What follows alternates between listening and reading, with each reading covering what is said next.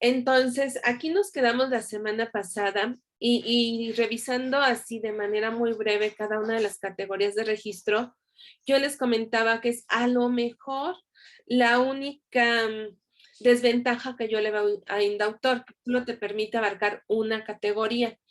Cuando en el INPI, cuando vas y registras un producto o una marca, te permite abarcar muchas categorías de registro, una principal y después una serie de categorías secundarias. Y esto limita mucho pues la visión o la amplitud que puede tener un proyecto en Indautor, porque o entra en foto, o entra en dibujo, o entra en historieta, y entonces como que te encajonan, ¿no? Aunque después puedes tener muchos registros subsecuentes que te quedan como de, eh, ay, se me fue la palabra. Ando muy mal de la memoria, muchachos. Si digo esto cada 33,000 veces al día. No de obra primigenia, sino de obra derivada. Entonces puedes meter un montón de registros después de obras derivadas que provienen de la obra primigenia. Pero bueno, no todo puede ser miel sobre hojuelas y no todo puede ser a favor de los autores. Entonces es de las limitantes. Pero ahora sí vamos a ver qué nos piden o qué abarca cada una de las categorías. Entonces, les decía que por analogía vamos a buscar la rama que sea más afín a la naturaleza del producto. Y a veces ahí se comete un gran error de registro. Cuando ustedes tengan duda sobre en qué categoría entra su obra, bueno, en primer lugar, me pueden preguntar a mí, yo siempre voy a estar para ustedes, pero si no me hallan a mí, en la planta, en el primer piso de Indautor, ahí en la calle de Puebla, hay una oficina que se dedica a asesorar a creadores. Entonces tú llegas con todas tus cosas antes del registro y de pagar y le dices, yo vengo a registrar mi obra, pero no sé qué categoría me conviene más, no sé dónde meterla. Y ellos analizan la obra porque son peritos especialistas en registro y te dicen, para mí tu mejor registro quedaría aquí o quedaría acá. Y entonces eso hace que tengas más certeza sobre la protección que le estás dando a tu obra. Porque les digo, muchas veces, sobre todo cuando son nuestros primeros registros, sí tenemos duda en qué categoría es en la que debe de entrar o cuál la puede favorecer más. Entonces, pues vamos a buscar la más próxima a la naturaleza del producto o de la creación. Y recuerden que siempre la deben de llevar en un medio físico, porque no pueden registrar ideas. Tú no puedes llegar y decir, tengo una idea padrísima para un programa de radio. Eso no es registrable. Es que te voy a chiflar una canción que se me ocurrió porque es buenísima. Tampoco. Tampoco conceptos. Tú no puedes llegar y decir, voy a registrar un nuevo concepto de qué es el diseño gráfico. Pues no, eso no se puede. Métodos. Voy a registrar mi propia metodología de trabajo. En Indautor no se puede. Los métodos en el INPI sí se pueden registrar como procesos. Sistemas tampoco, o sea, como Mary Kondo no podría registrar en México su método de organización de espacios, porque aquí eso no es válido. Y cualquier invención, creación que no se constituya de una manera original y que tenga una naturaleza literaria y artística. Porque todo lo que es del plano industrial tiene que ver con la propiedad industrial. Entonces, para eso hay otra dependencia. Cuando yo voy a registrar una obra, ¿qué características debe tener? De manera ideal, que sea inédita. Inédita quiere decir que solo ustedes la conocen. ¿Por qué? Porque si esta obra ya se ha dado a conocer, es sensible de plagio o que alguien más les haya volado la idea y la haya registrado previamente. Entonces vamos a tener 3 tipos de protección en la obra. Cuando es inédita, cuando apenas salió del horno ya la fui a registrar. Divulgada. Divulgada es cuando ya se dio a conocer por algún medio o ya estuvo en contacto con un público. Y reproducida cuando ya se reprodujo por medio de medios masivos de difusión. Les voy a poner un ejemplo. Imagínense que ustedes hacen una ilustración padrísima sobre el ajolote mexicano. Y nada más la conocen ustedes, su Wacom y su mamá. En ese momento la obra es inédita y es el mejor momento para registro. Pero vamos a pensar que la UNAM abre un concurso de ilustración sobre fauna mexicana, la protección a la fauna mexicana. Y ustedes meten al concurso su ilustración del ajolote. Y se expone en Universum. Hacen una exposición con todas las ilustraciones. A la hora que la ilustración se expone en Universo, la obra pasa de inédita a divulgada, porque ya estuvo en un espacio público y la gente la vio. Pero ahora imagínate que por una muy buena suerte de la vida, ganas el concurso de ilustración y sales en la Gaceta UNAM. La obra pasa de divulgada a reproducida, porque la imagen de esa obra ya se reprodujo de manera masiva por un medio impreso. Y ahí es cuando es más sensible de plagio, por la magnitud de gente que la va a ver. Esto no quiere decir que si la obra es divulgada o reproducida ya no se pueda proteger. Lo que hay que expresar en el registro es que ya pasó por estos procesos para que quede como el antecedente que si se presenta cualquier tipo de problema, entonces sabemos dónde y cuándo se dio a conocer esa obra. Y se puede decir que es un poco para rastrear como por dónde vino la copia. Entonces sí es muy importante que sean muy honestos respecto a la calidad o a la naturaleza de su obra. No sé si hay dudas de esto. Recuerden que la clase es Montessori y en cualquier momento me pueden interrumpir y preguntar. Sí, maestra. Entonces, si no se pueden registrar los métodos y así, entonces, ¿cómo le hicieron para esto que nos decía el ejemplo del barro negro y todo eso? Es que aquí se divide la, ¿cómo decirte? Ya sé, ya vino a mí, ¿cómo expresarlo?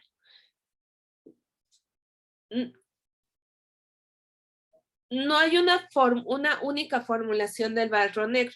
El barro negro lo que tiene es una denominación de origen. La denominación de origen del barro negro es de una zona que se llama el Tule, en Oaxaca, y entonces cubre toda esa zona geográfica, o sea, solamente la arcilla y los componentes de la arcilla que están en esa zona se pueden denominar barro negro. Y los procesos de trabajo del barro negro están dentro de una patente industrial. Entonces ve todo lo que cubre una cuestión como el barro negro. Está esta cuestión de denominación de origen, que pertenece a una franja geográfica. Después está la formulación de la arcilla, que es una patente industrial. Esa patente industrial le pertenece al taller de Doña Rosa, que por ahí si lo googlearon se dan cuenta que es antiquísimo, ¿no? Entonces, esa patente industrial, o sea, esa formulación le pertenece al taller de Doña Rosa. Y se puede decir que de alguna manera la comparte con las comunidades y artesanos que hacen barro negro en esa zona geográfica que abarca la denominación de origen. Eso está dentro de la propiedad industrial. Eso está registrado en el INPI, que ya quedamos que está en Periférico Sur. Pero los motivos, todas estas maneras que ven ustedes de las formas de los bidones y las vasijas y el tipo de flores con el que calan el barro negro y las grecas, eso está registrado como dibujos pertenecientes a la comunidad del Tule en Indautor. Es decir, ahí lo que se protege es la parte gráfica e iconográfica.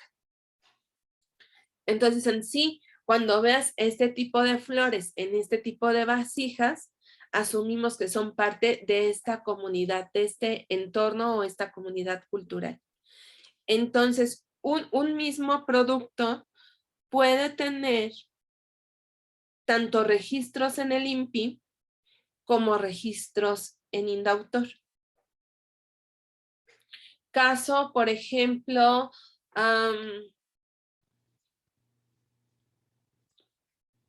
en Pátzcuaro se producen, en Pátzcuaro, Michoacán, se producen muchísimos textiles. Y tienen y son hechos en telar de pedal, que es una técnica muy antigua, novohispana. Entonces, la técnica de producción, la manera en que se producen estos textiles, que igual tiene una denominación de origen de Pátzcuaro, está en el INPI. Y todas las grecas, flores, venaditos que ellos logran hacer en los telares, eso está registrado como un patrimonio cultural dentro de Indautor.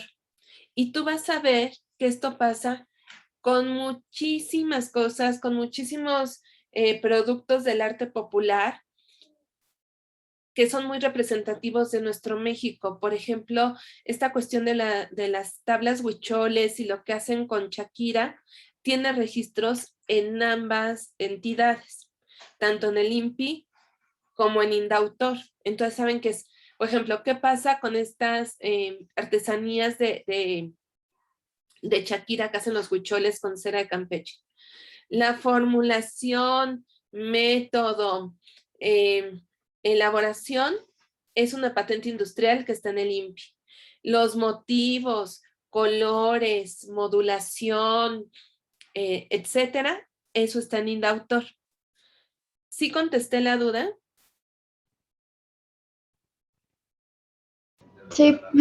Pero ve qué pasa. Muchas gracias. Que hasta ahorita solo hemos hablado de productos artesanales. Entonces su volumen de producción es muy bajo.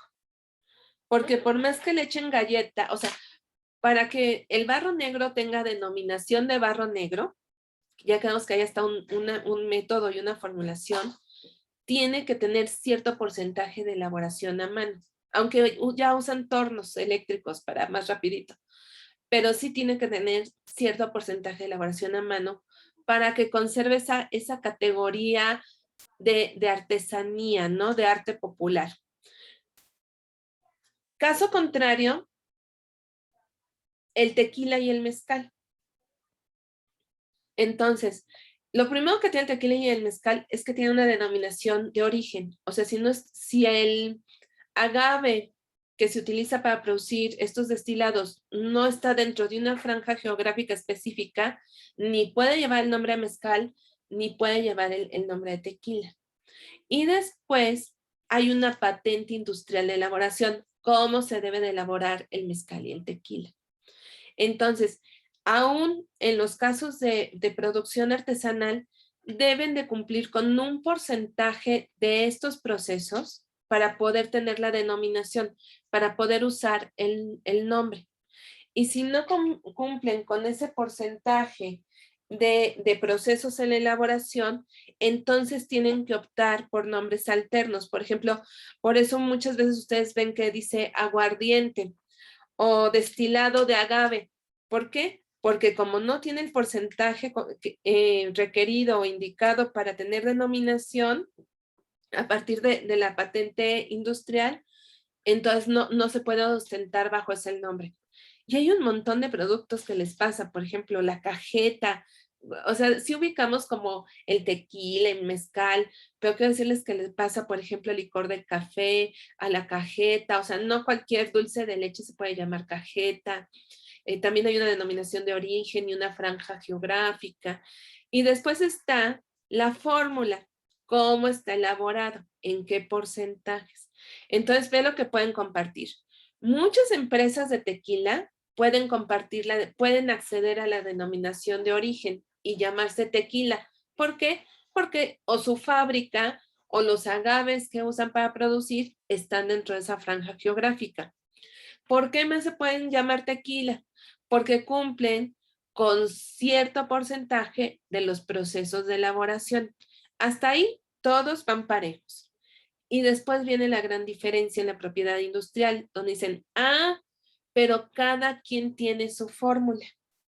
Entonces, por eso les que dice, no sé, que es cierta mezcla de agaves o cierto tipo de barricas, que ya le impregnan como ya cualidades independientes a cada producto.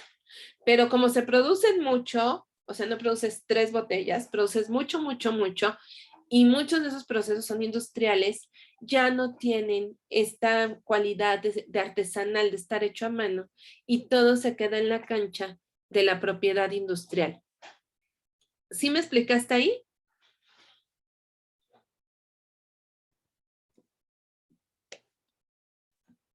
Sí, bueno, parte sí. Entonces, ¿qué características debe tener también la obra para ser registrable? Pues un grado de originalidad. ¿Y a qué se refiere a grado de originalidad? Pues un grado de esfuerzo intelectual. O sea, no, uno no va a ir a estar yendo a registrar cualquier cochinada que hace. Debe haber cierto grado de esfuerzo intelectual, de técnica, de estética, para que se pueda distinguir de cualquier otra del mismo género. Deben de estar fijas en un soporte material, que ya hemos hablado mucho de esto. La puedes entregar en impresos, en un DVD, en un CD, en una USB. Por ejemplo, si ustedes hacen un art toy, vamos a pensar, o joyería, que también es algo que luego les gusta mucho, pues no tienen que llevar dos originales de la pieza de joyería. Tienen que llevar 2 juegos de foto o 2 renders o 2, no sé, modelos 3D en un CD y con eso sería suficiente. Entonces, que tenga este soporte físico que sirva para integrarlo al archivo, al acervo de Indautor y que no sea como algo inmaterial. Y una de las ventajotas que tiene Indautor es que no necesitan trámites antecedentes, quiere decir que no necesitan estar dados de alta ante Hacienda, ni tener ningún trámite, por ejemplo, con el INPI, sino que ustedes pueden llegar como cualquier hijo de vecina y decir, esta es mi obra, mi creación, vengo a registrar y no les van a pedir nada antes de ese registro.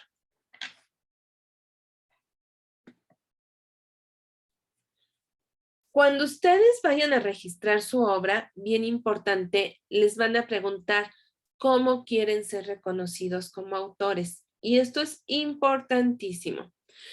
¿Por qué?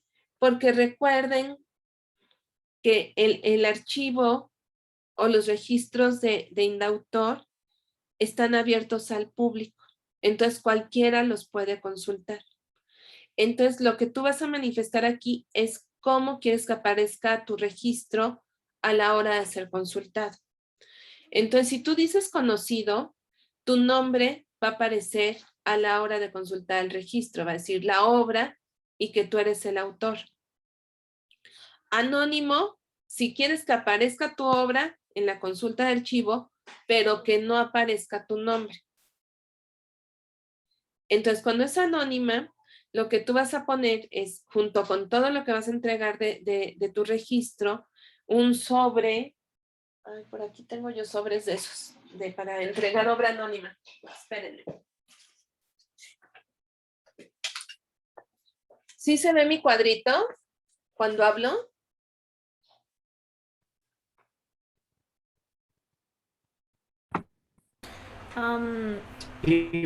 Sí se prende. Está hablando. Sí. Bueno, pues dentro de un sobre como estos, que es Manila media carta, estos que traen hilito, van a meter una hoja que hicieron en Word con sus datos de autor, es decir, su nombre, su correo, su teléfono, su dirección y copia de su INE. Y entonces, cuando Indautor afuera del registro le pegan una como hojita donde vienen los datos de la obra y van a dejar en blanco la de autor. Y si Indautor quiere consultar quién es el autor, entonces tiene que abrir este sobre más chiquito que viene adentro de la obra. Y lo mismo va a pasar si ustedes hacen obra seudónima. Recuerden que para hacer obra seudónima, primero tienen que ir a registrar su seudónimo como registro de derecho de uso exclusivo. Y una vez que hicieron su registro de seudónimo, hacen lo mismo. Al frente del registro principal aparece su seudónimo y adentro viene este sobre con sus datos generales. Entonces eso es muy importante. Y entonces cuando la gente consulte el archivo, va a decir, bueno, ¿quién hizo esto? Y va a decir la palomita voladora, ¿no? Pero todos ya, toda la obra que registren bajo ese seudónimo va a quedar vinculada, decimos que queda vinculada, que vamos a saber que ustedes son ese seudónimo, ¿no? Y después ya vimos este punto donde tienen que expresar en qué naturaleza de comunicación tiene la obra al momento del registro. Si es divulgada, aunque están al revés, debe ser primero inédita, divulgada o publicada. Y ya vimos cada uno de esos tres casos. También van a expresar el origen de la obra. Primigenia, si no tiene un antecedente la obra, por ejemplo, si yo escribí una obra de teatro desde cero y se basa en mi vida real, mía de mí, autobiográfica, la obra sería primigenia. Pero si yo escribo una obra de teatro a la mexicana, que se basa en una novela, entonces mi obra ya no es primigenia, porque tiene un antecedente. Y debo de expresar en el registro que es una obra derivada, que tiene un antecedente que no es de mi autoría, o sí, porque puede sí ser de mi autoría, en el cual pues yo me inspiré, basé, deconstruí. ¿No han visto que eso pasa mucho en el cine, que ponen basado en la novela de? O sea que sí se parece, pero no es tal cual. Entonces, eso es muy importante, que pongan si es una obra primigenia o si es una obra derivada y qué creadores intervienen. Individual, si es un solo autor. De colaboración, ¿cuándo van a usar esta modalidad de colaboración? Como en los audiovisuales, que hay quien edita, quien musicaliza, quien puso el vestuario, quien hizo la escenografía, etcétera. Ahí vamos a poner la colaboración de cada una de las personas para poderle dar sus créditos. Y colectiva, si hicieron algo en conjunto, en equipo, como estamos acostumbrados nosotros en la escuela, y recuerden que si el registro es colectivo, todos tienen el mismo porcentaje de autoría, a menos que se exprese un acuerdo contrario. ¿Dudas de esta diapositiva?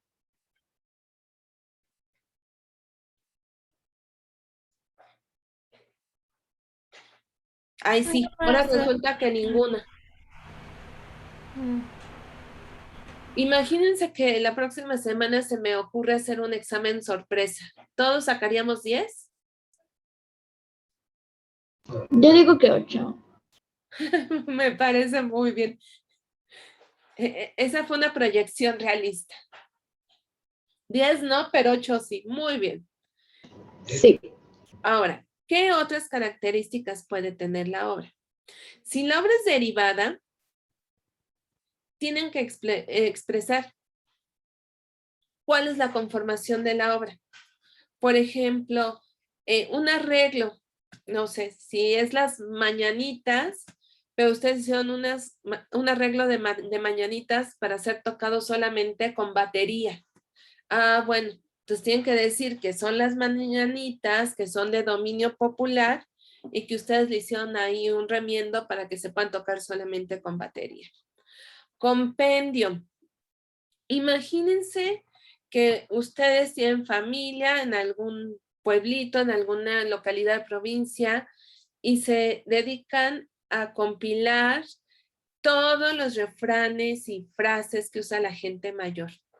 Ustedes lo pueden registrar como un compendio. Entonces, este es el compendio de frases y dichos de la comunidad de Santa María de las Tunas, ¿no? Ampliaciones. ¿Qué es una ampliación? Imagínense esto, imagínense que ustedes, así como la que escribió Harry Potter, ustedes hacen una historia, la venden a una editorial y resulta tan exitosa que les piden la segunda parte o un segundo libro. El primer libro es obra primigenia. Y el segundo libro, aunque no le dé continuidad al primero, va a ser una ampliación, porque ya va a ser secuencial al primero. Entonces lo tenemos que registrar como una ampliación. Dices, es el volumen 2 de las aventuras de Susanita y el ratón. Ok, entonces ya sabemos que el primer registro de Susanita y el ratón es obra primigenia. Traducciones. Si ustedes, no sé, hacen una traducción del Popol Vuh al portugués, porque ustedes son muy buenos en portugués, la obra primigenia, aunque no estamos muy seguros quién la escribió, es obra primigenia y lo suyo es una obra derivada y se ingresa como traducción. Adaptación. Imagínense igual que hay un libro que les gusta mucho, una novela que les gusta mucho, y ustedes hacen la adaptación para teatro, para un formato de teatro íntimo. La obra, el libro, la novela es obra primigenia y la adaptación es obra derivada. Paráfrasis. Esto estaría más cañón, pero también aplica. ¿Qué sería la paráfrasis? Imagínense que ustedes editan un libro que se llama Interpretación Objetiva de la Biblia. Pues como quien, ¿no? Pues se echaría ese trompo a la uña. Pero imagínense que ustedes hacen eso. ¿Cómo es lo que, ahora sí, como Niurka, su verdad, lo que ustedes dicen, su interpretación personal de lo que dice la Biblia sería una paráfrasis y la obra inédita o la obra primigenia sería la Biblia. Compilaciones. Si ustedes juntan, por ejemplo, música y dicen los mejores éxitos o los éxitos del año 1976, esa es una compilación. Los mejores poemas de José Emilio Pacheco, eso es una compilación. Las frases célebres de Stanley, esa es una compilación. También se registra como obra derivada porque ustedes no fueron los primeros que lo dijeron. Realmente lo están tomando de otras fuentes. Colecciones. Por ejemplo, si ustedes tienen timbres postales, el álbum del mundial, aunque bueno, nadie registraría el álbum del mundial, pero por ejemplo, fotos antiguas de la revolución, libros del siglo XVIII, ¿qué más se me puede ocurrir?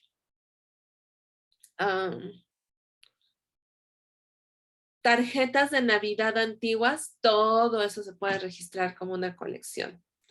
Juguetes antiguos también se pueden registrar como una colección. Y transformaciones que entran en el rubro de la intervención. Si ustedes hicieron libro objeto, por ejemplo, no sé, sobre la enciclopedia británica, bueno, pues la obra británica es obra primigenia y a la hora que ustedes le intervinieron y sufrió una transformación, se convirtió en obra derivada. Entonces, sí queda claro todos estos casos en los que la obra se convierte en obra derivada.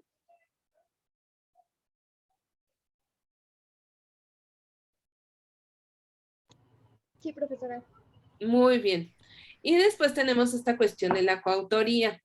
Ahora, la coautoría da muchos dolores de cabeza porque la gente, no están ustedes para saberlo, pero luego se pelea y se divorcia. Creo que nunca les ha pasado en la escuela, pero yo les quiero informar que eso puede pasar. Entonces, imagínate que hiciste un trabajo, bueno, a mí me ha pasado amargamente, sobre todo en técnicas de iluminación fotográfica, no sé por qué es una materia donde la gente le da mucho por pelear y divorciarse, que luego me escriben y dicen, maestra, ¿me podría pasar las fotos de mi equipo?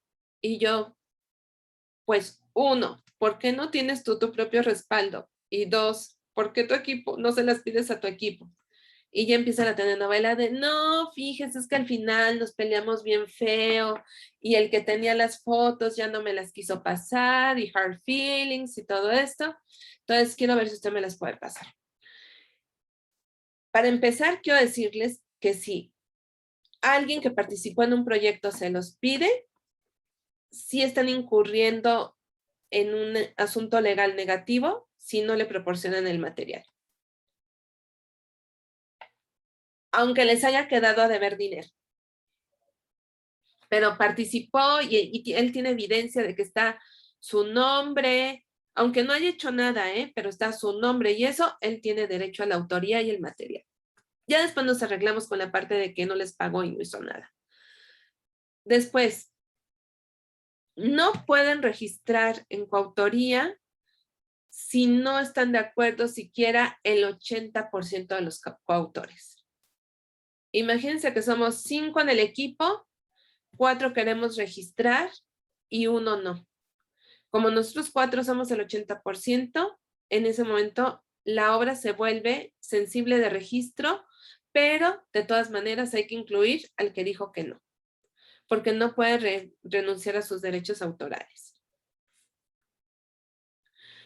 Lo que sigue. Todos a la hora del registro, si solamente se lleva a cabo el registro, todos tienen el mismo porcentaje autoral, aunque no hayan trabajado en el mismo porcentaje. A menos que en un acuerdo escrito y registrado ante notario o ante indautor, ustedes expresen el porcentaje de autoría de cada uno de los participantes. Entonces también, porque si no es a partes iguales y no es modificable. Y entonces, si ustedes juntan todos estos requisitos, entonces sí, pueden llevar a cabo un registro en coautoría. Casos que vamos a ver. Debe de haber un titular de la obra. Ese titular no es que sea más dueño que los otros, es el que se hace responsable legalmente de todo lo que tenga que ver con la obra. Entonces va a ser el primero que aparece en el registro, pero todos tienen los derechos al parejo. Todos comparten los derechos patrimoniales en el mismo porcentaje y pueden hacer explotación de la obra de acuerdo a su criterio sin pedirle permiso a los otros. Entonces, esto es bien importante que lo tengan en cuenta para saber con quién te vas a poner a registrar obra. Como diría mi abuelita, cada quien escoge su veneno. Y luego ustedes se están quejando de los integrantes de su equipo cuando ustedes mismos los escogieron. ¿Dudas de esto?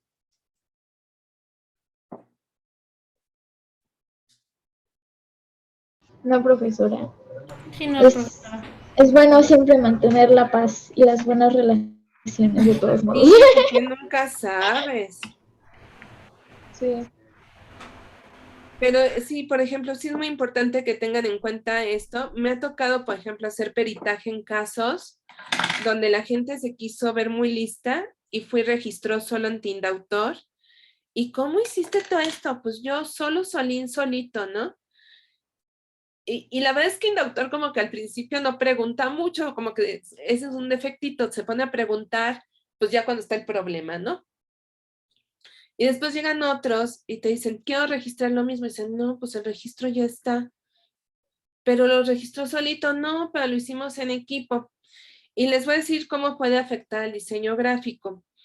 Recuerden que finalmente nosotros estamos viendo esta materia como antecedente a gestión del diseño. Y una cuestión bien importante que vemos en gestión del diseño es la parte de tener evidencia legal que soporte tanto nuestro currículum como a nuestro portafolio. Y entonces, y se va a ver reflejado en las fichas técnicas de proyecto, en el portafolio profesional. Entonces, cuando vemos una coautoría, lo que nos hace saber a los reclutadores es que vamos a ver ese proyecto en más de un portafolio profesional y que fue hecho en equipo. Y hace que hasta el proyecto cobre sentido. Les digo que yo a veces he entrevistado personas y de ver el proyecto dices, esto no lo hizo solo, o sea, no hay quien. Y le preguntas, ¿lo hiciste tú solito? Yo solito con mi mano, seguro que tú solito. Sí, yo solititito. A ver, evidencia de que lo hiciste solito. Y ahí sale que no era, empiezan, ay, no, bueno, pues es que también participó fulano y sutano, pero yo tuve la idea principal y yo hice, yo torné, y no funciona así. Por ahí sí le quería preguntar algo. Bueno, yo quería preguntar algo desde hace rato, pero para mí me sonaba la respuesta más o menos por el caso de Chespirito que nos hablaba el otro día, pero haga de cuenta de que yo ya hice una animación, por ejemplo, un producto audiovisual, ¿no? Y deberían de venir los créditos así, pero haga de cuenta que nada más hice mi animación y la subí a YouTube y alguien eh, quiere pasarse por mí, ¿no? De que intentan registrar la obra, a nombre de, pues, a su nombre, pero no hicieron la obra. Bueno, siento que ese sería el caso como que más o menos con lo que pasó con la Chilindrina y Chespirito, que, pues, no sé, de que registraron algo más o menos así, o no sé, puede pasar de que alguien que nada que ver conmigo o con mi autoría, pero como no estaba registrado, lo registró su nombre como suyo. Pasa mucho, ¿eh? Sobre todo en cuestiones como YouTube. Por eso los puse a hacer esta investigación, que supongo que ya están trabajando en equipos de 3, ¿verdad, mis niños? Sí. Sí, Ok, eso me hace feliz. obvio. No, pues sí, porque tienen que entregar su trabajo. Pasa mucho, sobre todo en este tipo de plataformas, donde toman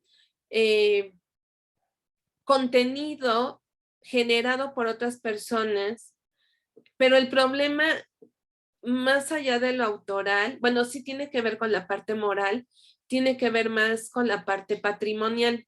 Acaba de pasarle, no sé si conocen a una, pues ya no es chica, señora, que se llama Silvana, que hace recetas de cocina en TikTok, que dice mucho que le va a poner lonche al tóxico. Bueno, a lo mejor no ven eso porque es muy de señora. Pero esta chava está en Estados Unidos y entonces produce contenidos donde da recetas de... Cuando está en Estados Unidos, pues el chiste es que cocina como muy a la mexicana. Y entonces genera contenidos, pues la verdad, bastante interesantes, le echa ganas, ya como que se ha diversificado, ya publica otras cosas, pero muchas páginas o personas que se dedican también a difundir contenidos de gastronomía, de comida, empezaron a colgar sus videos de ella en sus plataformas, en sus sitios, sin darle créditos. Y entonces, pues obvio, si le gusta a la gente, esos contenidos se empiezan a monetizar, empiezan a generar dinero, y pues de ese dinero lo que le molestaba no es que no le dieran sus créditos, lo que le molestaba a ella es que no le daban sus regalías. Entonces empiezan a reportar, como a exhibir estos sitios, y decir, bueno, está monetizando, está generando ingresos a partir de mis contenidos, y de ahí, como autor, como generador de contenidos, no me está tocando nada. En TikTok todavía no se ha podido regular del todo. En YouTube sí.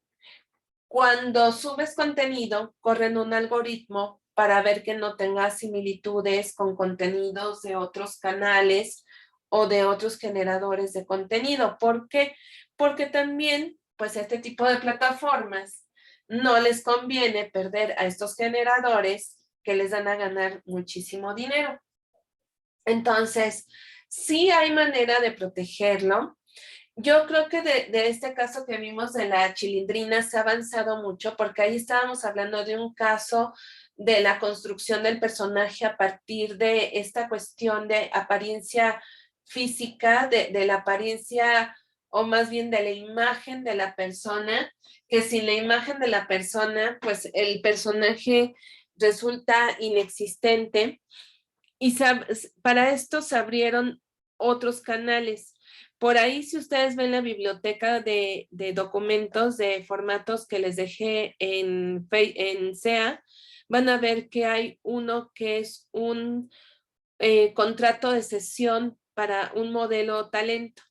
Y esto se hace precisamente cuando vamos a caracterizar o usar a alguien para un personaje en específico y que esa persona no se pueda quedar con el personaje como tal, nada más porque lo personificó, ¿no? O lo encarnó.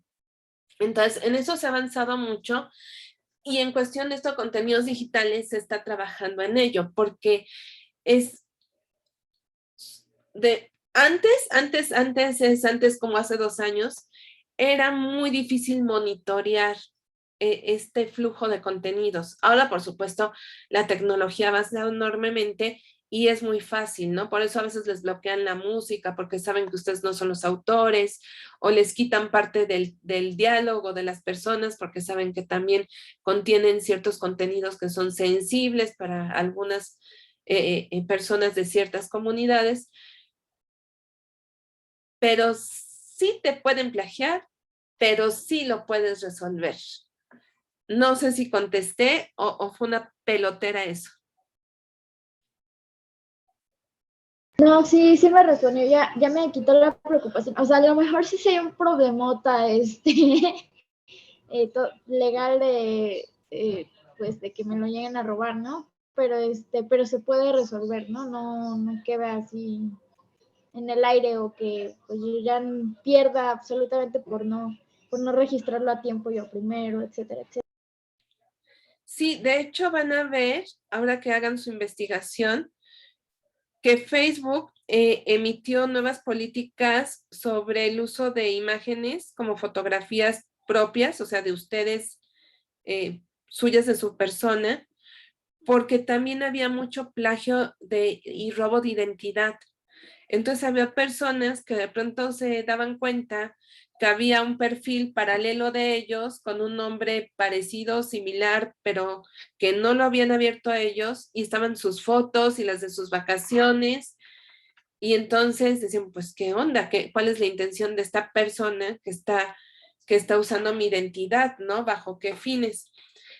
Y se ha ido acotando, se ha ido normando todo este uso y gestión de la imagen dentro de ciertas plataformas con el fin de proteger a los usuarios.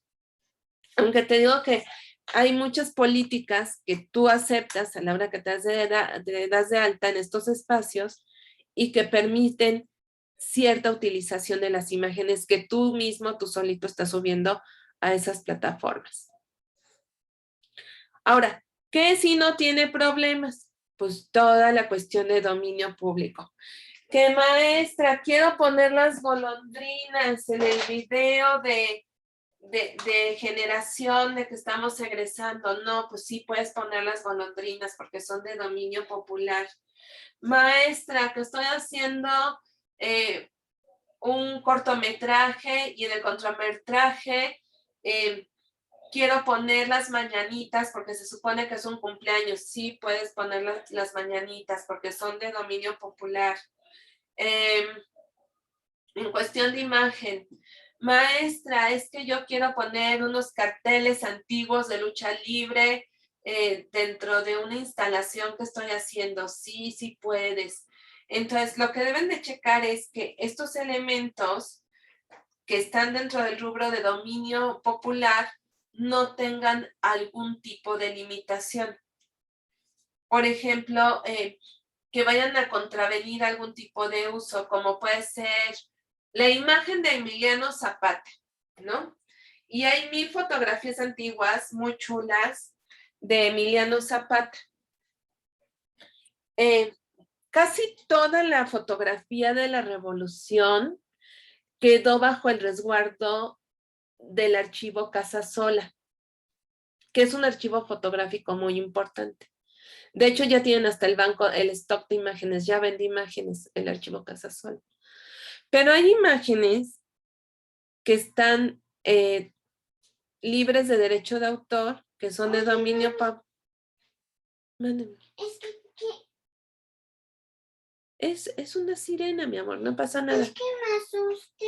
Ven, no te asustes, mi amor. Perdón, es que están sonando muchas sirenas afuera de la casa y se asustó, Miguel. ¿Por qué hay sirenas? No sé, pasó algo, pero tú estás aquí con mami. Entonces, sí checar que no tengan algún tipo de limitación en su uso.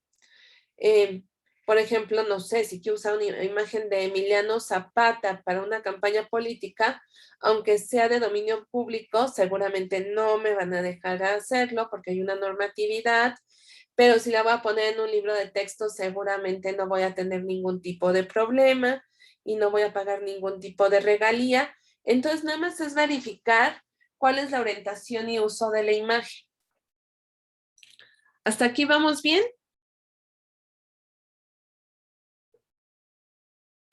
Sí. Y entonces vamos a ver que ya juntando todos estos requisitos, nos vamos a ir al registro público de derecho de autor, que ya quedamos que está en la calle de Puebla, más cerquita de la glorieta de Insurgentes, porque recuerden que la calle de Puebla es larguísima y va dando con curvita. Entonces, si llegan del lado de Metro Sevilla, van a caminar un montón. Yo les recomiendo bajarse en bueno, ahí en la glorieta de Insurgentes. Ahí está media cuadrita, y después cuadra y media, después está el Banamex, donde uno paga, le queda todo, a uno todo muy cerquita. Y entonces, ya que tengo mi registro y estoy cierto de qué voy a registrar, cómo lo voy a registrar, pues voy a ver que este registro, lo primero que se va a encargar o de sus objetivos es de garantizar pues su seguridad jurídica. Y esto porque es muy importante. Es como tu acta de nacimiento. O sea, al tener un acta de nacimiento, el Estado te reconoce como individuo y más allá te reconoce como ciudadano mexicano. Por lo tanto, dice que tú tienes todos los derechos de cualquier ciudadano mexicano. Si tú en un primer momento no registras la obra, no te preocupes. ¿Por qué? Porque este derecho es retroactivo. Imagínense, por ejemplo, que ahorita que están chiquitos no tienen dinero para registrar su obra. Pero resulta que se dan cuenta que alguien a quien se la mostraron está haciendo una versión similar de ello. Y dices, qué mala onda, me plagió, se llevó mi idea. Pero esto lo notaron 3 años después. Bueno, ustedes van a Indautor y lo que tienen que empezar, pues es un proceso en el cual dicen, fulano de tal me plagió. Y lo primero que va a buscar Indautor es si fulano tiene un registro. Si no tiene un registro, la recomendación que te va a hacer Indautor es registra tú ahorita ya. Y con eso tú vas a tener un antecedente previo a la otra persona. Si la otra persona dice, no, pero yo ya estoy comercializando la idea y tengo productos, ni modo, yo ya tengo el primer registro. Pero vamos a pensar en un caso de mayor gravedad y seriedad y resulta que fulano sí hizo su registro previo. No te preocupes. Tú llevas tus archivos, pruebas de que lo tuyo es más antiguo que lo de fulano, se hace un peritaje y se dictamina el grado de originalidad, el grado de plagio, y si todo sale, el fallo sale a tu favor, se te regresa a ti la autoría y lo más seguro es que la otra persona pues te tenga que dar una compensación económica porque la sanción es administrativa, no es de cárcel, y entonces pues ya te van a dar como una compensación y el reconocimiento de tus derechos autorales.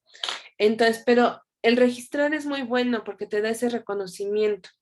Y después, pues te permite tener esta evidencia legal de que tú eres el dueño, el creador de algo, y te permite explotarlo comercialmente, usarlo con fines legales, como veíamos que es esta parte del CV, del portafolio profesional, y entonces cuentas con todas estas garantías de que realmente se va a reconocer tus derechos sobre lo que estás creando, que eso es muy importante en el diseño gráfico. Y después, otra de las ventajas de hacer los registros es que da la adecuada difusión.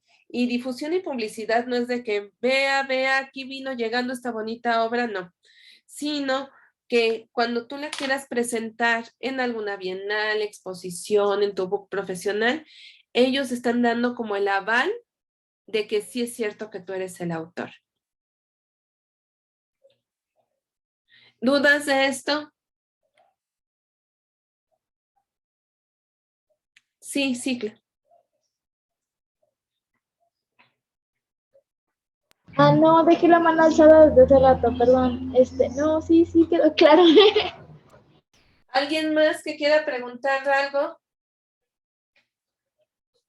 Maestra, no sé si ya lo había comentado antes o no me acuerdo bien, pero hace un ratito que estaba diciendo de que cuando tengamos dinero y registrar nuestros trabajos, como más o menos sale todo ese tipo de proceso.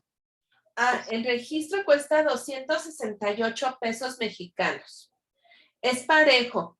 Si vas a registrar los planos de un edificio o vas a registrar un dibujo o 100 fotografías, te va a costar lo mismo, los 268 pesos. Ahora, tiene una ventajota, los pagas una sola vez y después si quieres ir a hacer modificaciones al registro, ampliaciones al registro, poner nuevos proyectos dentro del registro, ya no te cobran. El primer registro, 268. Y lo que yo hago, creo que sí se los había comentado, es que, por ejemplo, en el campo de la fotografía, porque aparte, pues, qué flojera estar yendo una y otra y otra y otra vez a Indautor. Entonces, lo que yo hago es que junto colecciones. Entonces, junto fotos, no sé, de enero a junio, pago 268 pesos y todas esas fotos entran en esa colección. Y después hago un segundo registro de julio a diciembre, donde junto igual todo el trabajo que me interese registrar, porque la verdad es que no registro todo, solo algunas cosas que sí me interesan mucho, y entran dentro de esa colección, y pues con 268 pesos ya cubrí todo eso. Entonces, lo pueden hacer ustedes anual, pónganle que son sus bocetos, sus ilustraciones, lo meten todo dentro de una colección y van a tener el registro del 2021, el registro del 2022 y con eso van a tener la protección de su trabajo. ¿Qué pasa? Imagínense que en esta colección que yo registré del 2021 hay una ilustración y se la quiero vender a un cliente porque va a hacer postales con ella, ¿no? Voy al registro y digo que voy a desvincular uno de los elementos de la proyección. Desvincular quiere decir que lo voy a sacar de esa colección. Entonces te preguntan cuál y tú le dices, pues el que se llama en el archivo no sé qué, que te di en el DVD. Te hacen un formatito de desvinculación, pero inmediatamente tienes que hacerle un registro unitario a ese elemento que desvinculaste. Pero el proceso también es muy sencillo, muy fácil, en un par de horas lo tienes. ¿Qué pasó, Carlita? No, como que dentro de esto mismo nada más, no sé si ya lo había comentado, pero no me acuerdo, nada más quería preguntar que en caso de que ya registré, por ejemplo, un pequeño vector, ¿no? Un tipo de ilustración.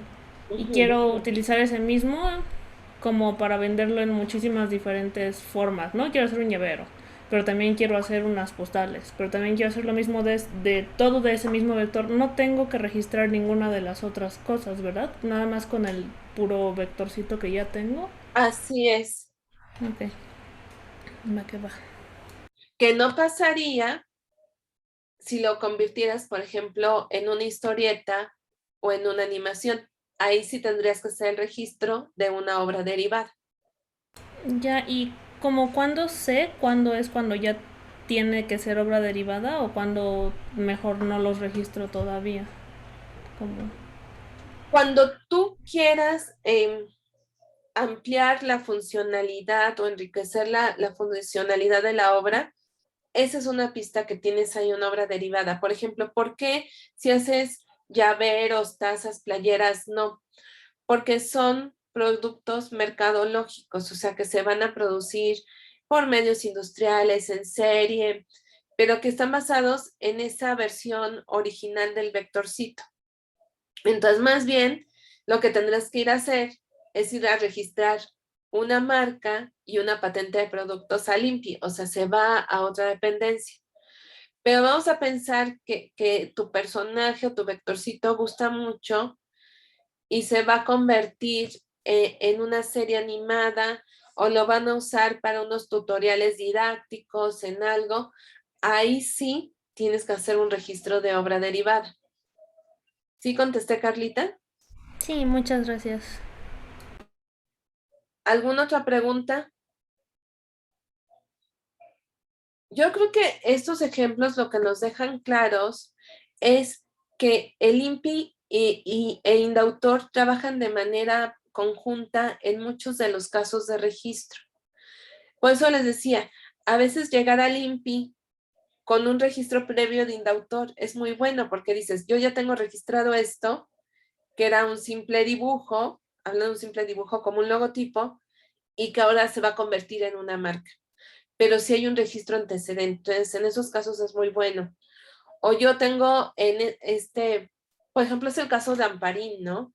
Que Amparín empezó con un registro de dibujos, cuando empezó con todo esto de Virgencita Please, que nunca pensó ella que iba a llegar tan lejos, porque ella se dedicaba a organizar fiestas y ambientarlas, y la Virgencita Please surgió de un bautizo, que su amiga le dijo, ay, pues yo soy muy devota de la Virgen de Guadalupe y yo quiero que me hagas así como toda la temática de la Virgencita para el bautizo de mi hija.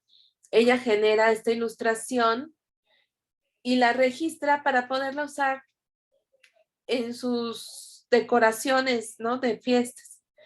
Y al ver el impacto que tiene ese registro de dibujo, se lo lleva al INPI y lo transforma en un registro de marca y de producto.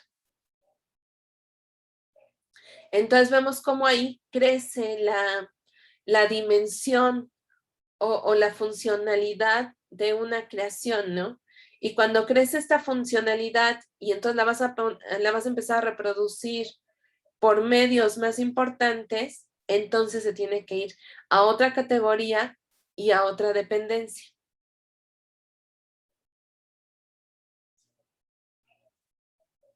¿Sí o no?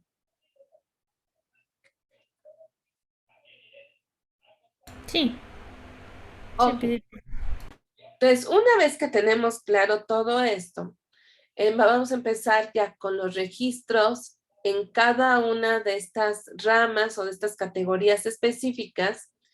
Y pues vamos a empezar con la más antigüita y la más importante, que es la de obra literaria, que ya habíamos visto en los dos videos que vimos para documentarnos sobre el derecho de autor, pues que es donde se fincan todos los principios del derecho de autor, porque se trataba de proteger la imprenta y a los editores y la reproducción y difusión de estos productos literarios, y de ahí se va diversificando, ¿no? A otros productos y obras creativas. Entonces, cuando ven LFDA, quiere decir Ley Federal de Derecho de Autor, pero la maestra para no escribirlo todo, pues nada más lo pone así.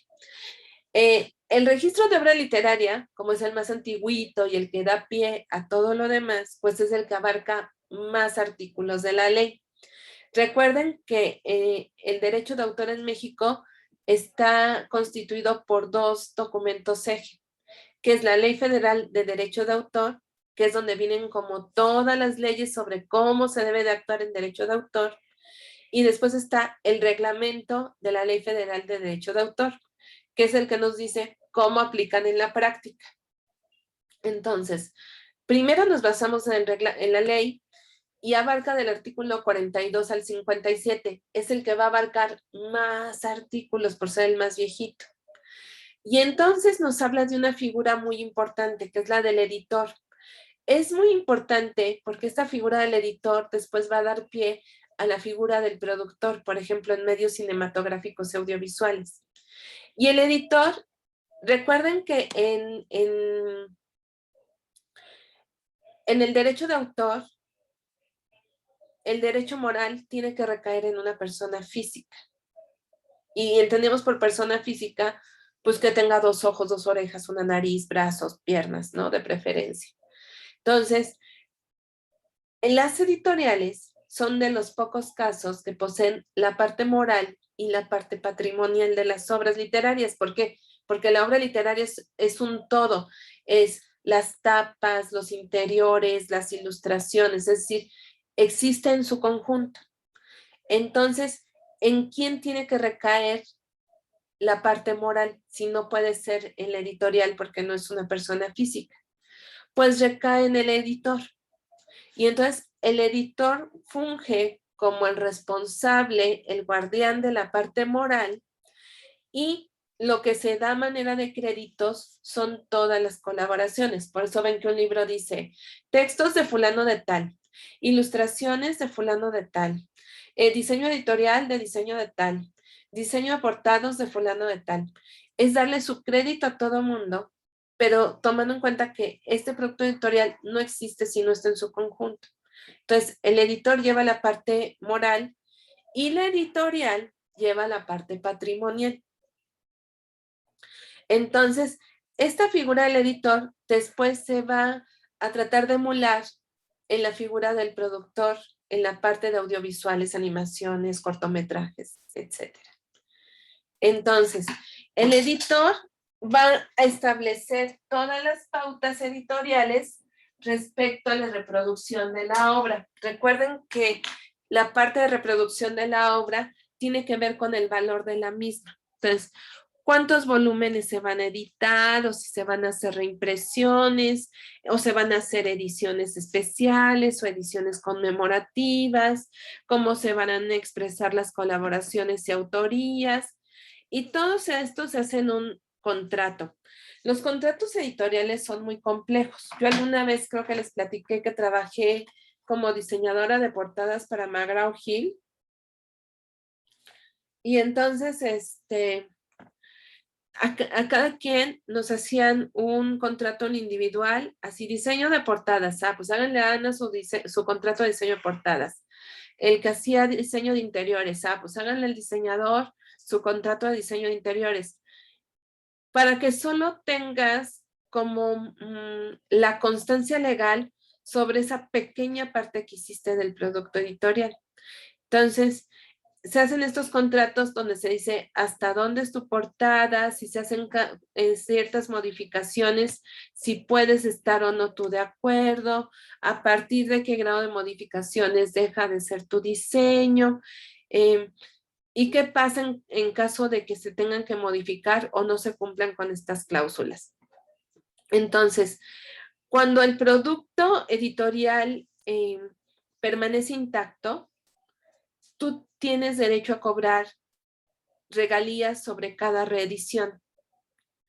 Y conforme se van implementando modificaciones o adecuaciones con cada reimpresión, tu porcentaje de regalías va bajando, porque ya no es el original. No sé si me explico aquí.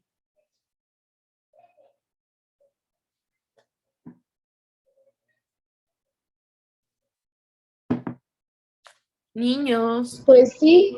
Ay, es que yo ya no quiero responder porque ya respondí. Ay, sí, pero pues si quieres, la única que me da señales de vida.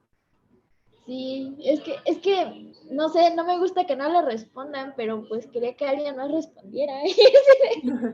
A ver, No Carlita. responden. No, yo nada más Es que tenía tienes una... abajo. Es que como que entendí, entonces se van poniendo más y más contratos o es sobre el mismo contrato. Como que... No. Haz de cuenta, cuando se integra un producto editorial, como es un libro, pero aplica igual a una revista, a la Gaceta UNAM, a lo que tú quieras. Cuando se va a producir algo como un libro, el editor va a llevar la parte moral, porque tiene que ser una persona física. Pero es el representante de la editorial, es decir, es como un albacea, como una persona que nada más que no lo posee, pero se va a encargar de administrar.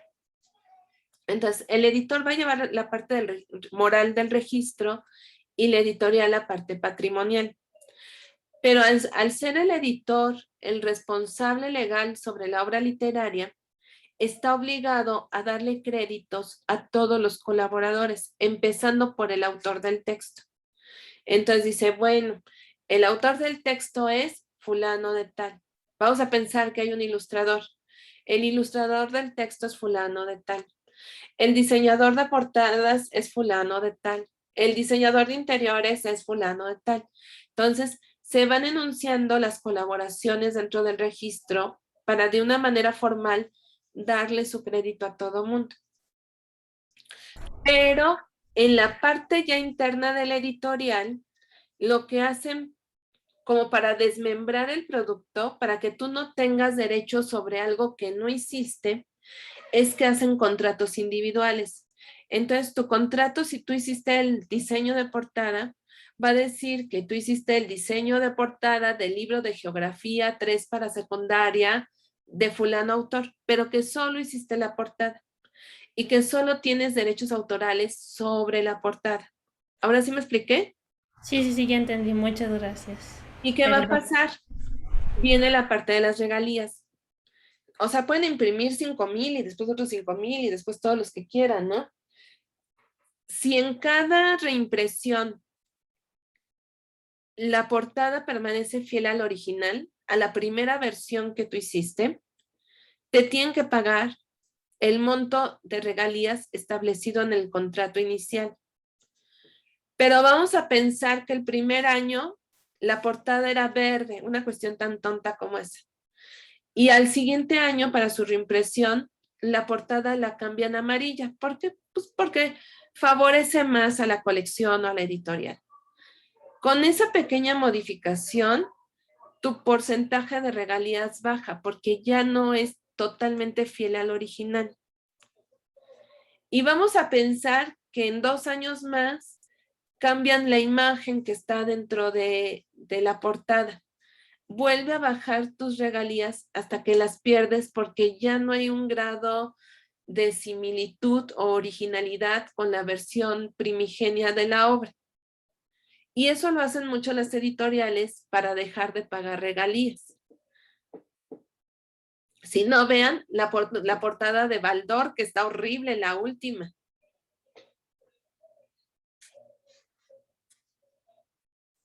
¿Ahora sí me expliqué? Sí, Sí, sí, muchas gracias, maestra. Pero ser editor no es una ventaja, ¿eh? Ser editor es un trabajo muy tortuoso, porque tú tienes que notificarle a los autores o al autor todo el funcionamiento de la obra. ¿Qué es todo el funcionamiento de la obra? ¿Cuántos ejemplares se van a imprimir? ¿Dónde se van a distribuir? ¿En qué ferias de libro vas a participar? O sea, no nada más es decir, ay, sí, qué padre, vamos a editar un libro tuyo, sino, y es por eso que ven que, por ejemplo, los autores se tienen que presentar o hacer el lanzamiento del libro en la Feria de Guadalajara y tienen que ir a hacer firma de libros a Gandhi. Todo eso se llama funcionamiento de la obra en la industria editorial. Y si el autor está de acuerdo en que pase, y es más, el editor puede decirle al autor, oye, y tenemos contemplado en un futuro vender los derechos de tu obra con fines de cinematográficos o televisivos, el autor puede decir sí o no. Sí para cine, pero no para televisión, o viceversa, ¿no? O sí para presentarse en festivales de cine, pero no para presentarse en salas comerciales. Por ejemplo, alguien que tuvo siempre un gran conflicto con eso fue Gabriel García Márquez, porque en más de una ocasión se le ofreció, y por grandes directores de cine, no crean que por cualquier pelado, llevar al cine 100 años de soledad y nunca quiso. Nunca quiso. Le dicen, pero lo va a protagonizar. Pues no, no quiero. Yo no hice esta obra para eso y por eso todavía no vemos una película como tal, pero hay adaptaciones para otros medios. Eso sí lo permitió, pero que fue una peliculota, no sé por qué, nunca quiso que pasara eso con su obra. Y por ejemplo, conozco un caso de un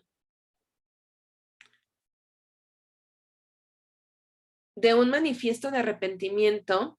Por ahí hay un libro famosísimo que se llama Pantaleón y las visitadoras, que es del realismo mágico. Y entonces el autor de Pantaleón y las visitadoras da permiso para que hagan la película. Y cuando vio la película, bueno, ya se andaba muriendo del coraje, dijo, por favor, pero por favor le ponen otro nombre, porque no quiero que tenga nada que ver con mi libro, porque yo eso que están pasando ustedes en la película, para nada lo contemplé en la obra literaria. Y entonces, pues sí, tuvieron que cambiarle el título y toda la peli, porque se enojó mucho el autor.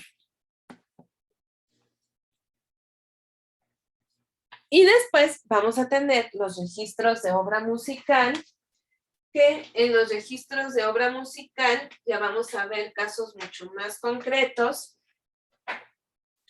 donde el autor cede los derechos de reproducción y faculta al editor a la persona que edita la pieza musical a los derechos de explotación. En estos casos, pues los productores musicales. ¿Por qué? Porque son los que hacen toda la magia para materializar la música. Entonces, tú vas a tener los derechos morales como autor de la música o de la letra. Si alguien escribe la música y alguien más escribe la letra, eso ya es una coautoría. Entonces, se le respeta su derecho moral sobre la letra y la música a los autores, pero la parte patrimonial es del productor o el editor del estudio. Por eso no sé si han visto que de unas fechas para acá hay muchos estudios de grabación independientes o productoras independientes de música, porque como estaban cansados de que las grandes productoras o las grandes disqueras se quedaran con los derechos patrimoniales, entonces trabajan los derechos patrimoniales en una manera de colectivo, como en una asociación comercial, y entonces ahí sí los autores e intérpretes pueden mantener los derechos patrimoniales sobre la obra. Entonces, pues fue como una solución que surgió a partir de esta problemática donde perdían la parte patrimonial, ¿no? Entonces, los primeros que cobraban regalías eran los productores y los editores y las disqueras, y ya después les pagaban su parte de regalías a los compositores, creadores e intérpretes y ejecutantes. Y estos estudios independientes trabajan en un sistema inverso. Primero le pagan regalías a los autores, intérpretes y ejecutantes, y después ellos cobran las regalías sobre toda la promoción y difusión que hacen de las obras musicales.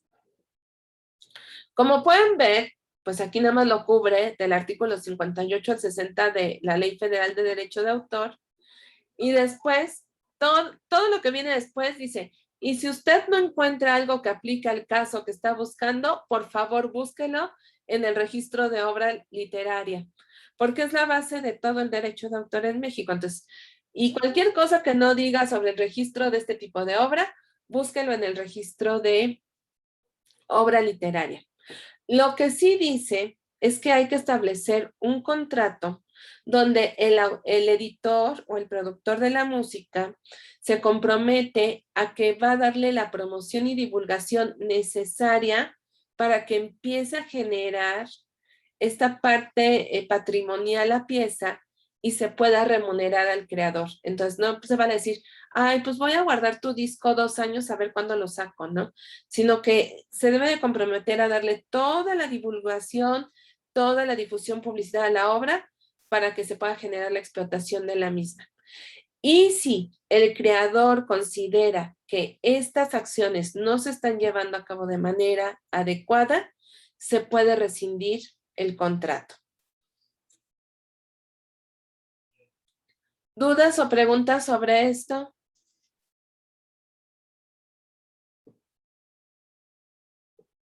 No, maestra. ¿No? Gracias, Carlita. Sí. Bueno, y nos vamos a la representación escénica. Performance, obras de teatro, teatro para niños, representaciones. Bueno, hasta la pastorela entra dentro de representación escénica. Esto lo va a cubrir del artículo 61 al 65 de la ley. Ahora, los derechos patrimoniales son del empresario, que es como el productor y el editor. es quien se encarga de juntar todos los elementos, toda la infraestructura para que pueda ocurrir la magia. Ustedes, por ejemplo, conocen muchos casos en México. Estas personas que se encargan de comprar derechos de obras en el extranjero para traerlos a México, como Cats o La Jaula de las Locas o hasta Los Miserables, ¿no? Compran los derechos y a la hora que compran los derechos sobre la obra, toman esta figura legal del empresario. Y entonces lo que va a hacer el empresario, pues es juntar el dinero, los actores, la infraestructura, la renta del teatro, para que se materialice eso. Lo que se puede registrar es todo en cuestión de colaboraciones, es decir, para poder dar los créditos de manera legal, se hace un registro de la obra como una obra derivada, porque los derechos vienen del extranjero, pues vamos a decir que es la versión a la mexicana. Y vamos a darle derecho, pues, a los que orquestan la música, a los que hacen la escenografía, a los que hacen el diseño de luz, el diseño de vestuario, el diseño de montaje, la dirección escénica, etc. Y en este registro viene asentado que el empresario es el dueño de los derechos patrimoniales de la obra y que en los derechos morales lo que vamos a expresar son todas las colaboraciones que vienen ahí, ¿no? De toda la gente que participó. Ahora, si la obra, si el guión literario es inédito, vamos a pensar que lo escribieron ustedes solitos, entonces primero debe de tener un registro como obra literaria. Y después, cuando se hace ya el guión para los, ¿cómo se dice cuando hablan? Para los diálogos y el guión técnico para la escenografía y que era de noche, qué va a pasar, que es una especie de storyboard. Entonces ahí sí, esos guiones se van a registrar como obra derivada dentro de la representación escénica. Y el registro de representación escénica puede ser tan amplio como ustedes quieran. Bocetos de la escenografía, bocetos del vestuario. Mucha gente incorpora audios de las primeras lecturas del guión para esta. Y entonces tenía un tono de español, pero como de español de Galicia. Y entonces en el audio se escucha cómo hablan los españoles de Galicia en ese diálogo, ¿no? En ese guión narrativo. Y entonces también se debe de registrar un contrato que va a especificar si existe alguna exclusividad o no sobre la obra. Por eso escuchan que, por ejemplo, hay gente que tiene los derechos exclusivos, no sé, de Rosa de Dos Aromas o de Los Miserables aquí en México. Y entonces que esos derechos van a acotar la representación o la interpretación de la obra en ciertos lugares bajo ciertas directrices. ¿No les conté alguna vez lo que me pasó cuando trabajé para la Ópera de Bellas Artes? ¿Sí les conté? ¿De Sansón y Dalila? Creo que no, maestra. No, profesora, no recuerdo. Les cuento rápido porque ya casi me voy a mi fiesta. Trabajaba yo para la Ópera de Bellas Artes haciendo los programas de mano. Que aparte yo moría, porque quiero decirles que soy una fanática de la ópera, me encanta desde niña. Entonces, ese sí fue como mi trabajo de diseño hecho realidad, así, mi trabajo del sueño. Y entonces, me toca hacer el programa para Sansón y Dalila, que es una ópera así bien padre, bien intensa. Pero la Ópera de Bellas Artes, que en ese tiempo estaba a cargo de Gerardo Kleinberg, compra los derechos a la Ópera de Buenos Aires. Entonces la Ópera de Buenos Aires, que tenía un súper montaje sobre esa ópera, dice, híjole, sí te vendo los derechos, pero un par de cositas, ¿no? La escenografía tiene que ser la de la Ópera de Buenos Aires, porque el montaje está hecho de acuerdo a la visión creativa del director y bla, bla, bla. Entonces te tienes que traer la escenografía a México y con esa presentar la ópera. Ay, pues sí, padrísimo. Ay, pero otra cosita, el vestuario tiene que ser el de la Ópera de Buenos Aires. Entonces, pues ve buscando tallas, porque tiene que ser el que ya se hizo aquí. Bueno, pues sí, venga el vestuario. Ay, pero otra cosita, el protagónico. La tiene que cantar el papel principal, el de Sansón, el tenor que lo representó aquí en Buenos Aires, y pues ya si quieres tú búscate una Dalila mexicana, ¿no? Pues va. Entonces se trajeron el tenor, se trajeron la escenografía, se trajeron el vestuario y vamos a montar Sansón y Dalila en Bellas Artes. Todo iba muy bien, el vestuario muy bien, si encontramos a quién le queda el vestuario, el tenor muy bien, muy contento, a la hora de la escenografía. No sé si han visto por la parte de atrás de Bellas Artes, ahí por Santa Veracruz, que hay unas puertotas bien grandotas de hierro, que es por donde meten toda la escenografía. Pues en la historia de Sansón y Dalila, ya casi para terminar, ya ven que Dalila traiciona a Sansón y le quita los ojos y le corta el pelo para que pierda su fuerza, y Sansón en la ira y el desamor se para todo ciego, empuja las columnas del templo y aplasta a la Dalila y termina aquello en una tragedia. Bueno, pues venían unas columnotototas que obvio estaban hechas a la medida de la ópera de Buenos Aires, pero nadie se tomó la consideración de medir y resulta que la ópera de Buenos Aires es mucho más alta que la ópera de Bellas Artes. Entonces, las columnas no cabían. Y si no cabían las columnas, no se presentaba la ópera. Y ya programas impresos, boletos vendidos, ensayos hechos y sin columnas. Entonces, la gran solución, y me acuerdo que pues yo me encantaba andar por ahí de metiche, es que metieron las columnas por el frente de Bellas Artes, por la entrada principal, por la puerta principal, y lo que hicieron es que las pararon, en lugar de pararlas sobre el escenario, porque no cabía, no daba la altura, las pararon sobre el foso de los músicos. Entonces los músicos no se podían mover ni un milímetro fuera donde les tocaba porque se echaban las columnas encima. Y ya le hicieron un arreglito allá arriba para que no se viera mal, no se vea parchado el templo. Y entonces el tenor se tenía que parar en la merititita orillita del escenario para hacer así el teatro de que se recargaban las columnas y las tumbaba hacia los costados, ¿no? Se tuvieron hasta que dejar hileras de butacas libres para evitar que si pasaba algo, le cayeran las columnas encima a alguien. Y entonces esto habla, ¿por qué les cuento todo esto de la representación escénica? De todas las limitantes que se pueden poner para ejecutar este tipo de obra, sobre todo para respetar el concepto pues original del creador. Entonces te acotan desde qué tipo de vestuario, en qué fecha, cuándo, cómo, dónde, si tiene que haber elementos específicos.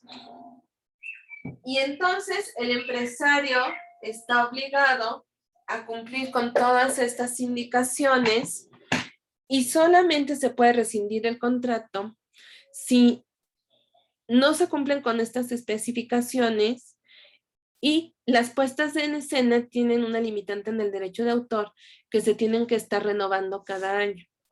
Entonces, es muy interesante. Siempre les digo, dice, qué padre, se lleva toda la parte patrimonial, pero toda la responsabilidad que tiene un editor, un productor, un empresario sobre la gestión y manejo de la obra es muy importante. O sea, es una responsabilidad muy grande. Y entonces tenemos el artículo 65 que nos dice que aplican al contrato de representación escénica todas las disposiciones vigentes a la reproducción de la obra literaria si no se contrapone con otros artículos que aparezcan dentro de la misma ley. Y lo vamos a dejar hasta aquí porque me tengo que conectar a la ceremonia. ¿Dudas de todo lo que acabamos de ver? ¿Preguntas? No, maestra. ¿Se acuerdan que para la próxima semana tienen que bajar sus formatos? Sí, para llenarlos. Pues si no tienen otra cosa mejor que hacer, pueden seguir la ceremonia por Facebook en la página de la facultad. Ahí nos van a ver a sus profes. Sí, muchas felicidades, profa. Ay, gracias. Pues en realidad son mis dulces 16 porque los 15 los cumplí el año pasado, pero como no hubo fiesta, ahora nos la van a celebrar a todos parejo. Está bien. Qué Pero- padre. Qué padre. Y me quedan 4 años de servicio. ¿No se quiere echar hasta los 30, maestro? Fíjate que no, te voy a decir por qué no, Carlita, por ustedes, porque ustedes no se merecen un profe viejito. Yo creo que el diseño gráfico demanda profesores vigentes, vitales, vigorosos, que estén activos. ¿Tú te imaginas a mí de 60 años dando fotografía? Me va a doler todo. Pero pues es que la desventaja es que de todas maneras hay otros profesores que sí siguen hasta con